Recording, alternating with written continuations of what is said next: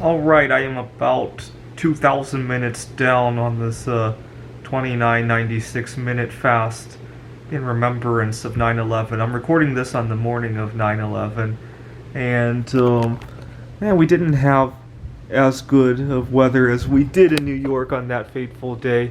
Kind of partly cloudy here in Phoenix. I don't know what it's like in New York right now. But in terms of my fasting, I woke up today quite pleasantly surprised because last night when I went to sleep, it was like I was gonna go crazy. But it made it so much easier to sleep though. That was one big benefit. Actually, I don't have too much problem sleeping. My problem is sleeping on a regular 24-hour timetable.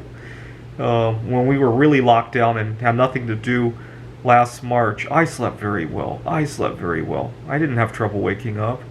I didn't have trouble falling asleep. I didn't have trouble getting enough sleep. I didn't have trouble having enough time in the day to do everything I wanted to do. The problem was I was doing it on a 26-hour cycle. And maybe fasting will help me correct some of that, because the last thing I want to do is to stay up later than I need to when I'm starting to go crazy from fasting, especially after 24 hours. Between 16 and 24 is mostly pleasant, but after 24 it starts to go a little bit crazy. The problem is that your energy will wane in and out, right? So you'll have 5 minutes, last night at least. This morning I'm doing quite okay. But you'll have 5 minutes where your brain will play tricks on you, telling you how great it would be to start eating again. And then you push through those 5 minutes, oh my god, I feel so good again, nothing can bother me. And that cycle just repeats itself like multiple times every hour. That the end of day 2 of the fast usually is when that cycle repeats itself multiple times.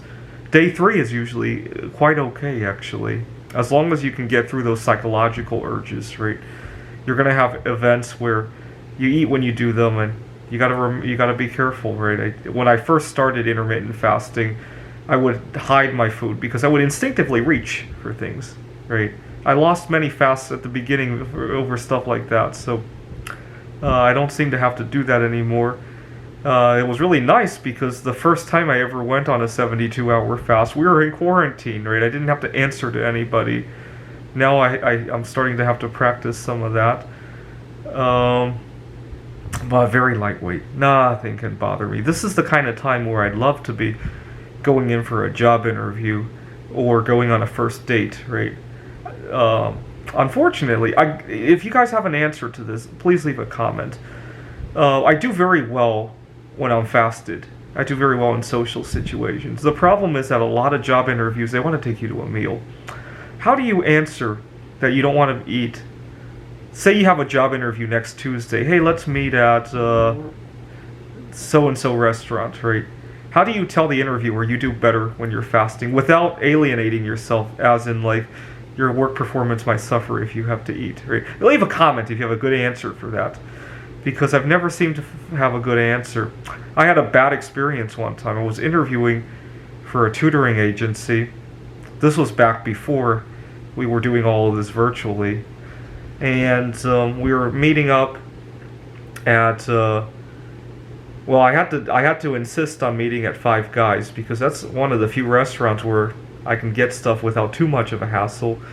We get to the line, and I asked the cook if he could change his gloves because I have skin sensitivity to milk products, right? And the interviewer just goes on about my food allergies and asked me if it would be a problem if I go to the clients' homes. You know, I'm almost old enough to run for the President of the United States. I think if it were a problem, I know how to navigate my way around that, right? I don't know why the interviewer strayed into that kind of discussion, right? I'm still alive. I don't seem to have too much problem navigating around that stuff. I didn't show up with an allergic reaction to begin with, right? I don't know. People get bothered by what other people eat or who other people love, much more so than we need to be in our society for some reason. Just try to go on a 48-hour fast and try to refuse food in social settings and tell me that we don't care about what people eat. I mean, or some of my viewers might be a vegan, and I don't know why that's even a discussion, right? see, growing up, there have always been people who had their own ways of eating, who they loved, ways to stay healthy, right? We certainly never had a pandemic before in my lifetime, but there have been people who during cold or flu season took other precautions, right? Besides the usual washing of their hands, right? People who swore by various foods. It was never so political, right? You're wrong and I'm right, or when I was growing up, I'm sure there were people who did intermittent fasting, right? It's not like I invented intermittent fasting, right? But at some point it became a divide, right? It became you versus me, right? I don't know why. I really don't. Anyway, 32 hours into fasting, and like I said, I want to do 2996. It's really helpful because last year, I remember last year I was struggling to get to the 2996. I was up to 2,000 and I was already struggling.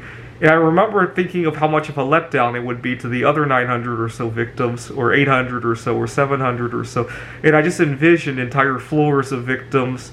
I envisioned the Pentagon. I envisioned the people on Flight 93 who took control of the plane. I just envisioned all that. And I didn't want to let them down.